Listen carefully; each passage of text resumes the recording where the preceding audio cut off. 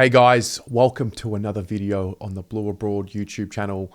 In today's video, I want to dive deeper into the Matt Owies story, and I'd like to understand perhaps why we would be so willing to let Matt Owies walk to another club. A lot's been spoken about his development, a lot's been spoken about his improvement, and the fact that he right now is the best performing small forward on the list when it comes to output. And it kind of got me thinking, well, maybe we found the next version of what we need from the Matt Owies role. Got me thinking that we might want to see more of Ashton Moyer, Jack Silvani.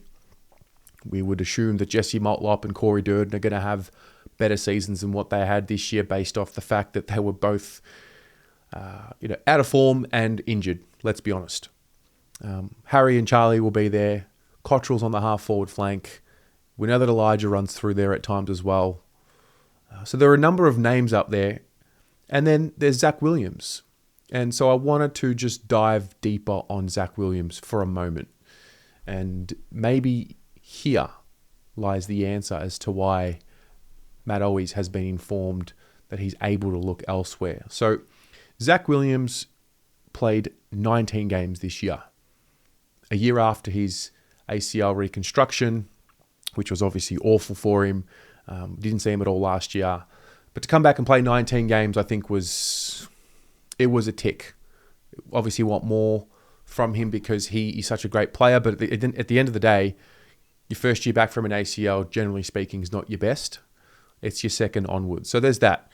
He kicked 15 goals for the year. But if we actually break it down, he only started playing as a forward and in the forward half of the ground in the Sydney game. So that's 11 games for 15 goals. We saw a pretty nice spike in that first month. Kicks 4 against the Gold Coast Suns. And I think that was one game where we all looked around. I remember the fan cams pretty clearly that night. We all looked around and sort of said to each other that, wow, he looks at home. He's got instinct and he looks to be playing with an expression and a freedom. He then followed up with 3 goals against Port Adelaide. This was the good win, the good one against Port Adelaide. Away from home, played well, kicked a couple against the Bombers the week after, and I think we all thought we had found something. We saw another solid performance from him in this role against the Giants, kicking 2 or 3 in a row before the actual capitulation of the Carlton Football Club in 2024. And so really the sample size of him as a forward is about 11 games. So you think about it, 11 games, 15 goals. Some of those 11 games, we actually threw him back again anyway, given the state of how those games were being played. So I guess the question that I have is there a decision that's being made right now with the role that Matt Owies currently plays to move forward with Zac Williams? The other name I forgot to mention earlier in the video was Lockie Fogarty, who's now become a really important part of that mix. So I look at it there, and we all look at the results this year. We look at the output this year alone, and we say, well, how can you make such a decision? And Owies is our best performing small forward, and that is true. But we also need to be mindful not to get too caught up in what is, and we want to look at what's going to be. And so tough decisions have to be made. For what it's worth, I love Matt Owies. I love what he brings. A player that is durable and available. He's really better than one that he's not. Now, Zac Williams has history of injury, gets a lot of knocks. It was a big tick for him to play the amount of games that he did this year, but he still had a number of knocks, and he still had a number of games where he just couldn't play out, to his best because he was sore. So I am mindful of that, but you've got to take a risk. He is a highly paid player. He's a contracted player still for a couple of years. So there is a reality about the situation with him.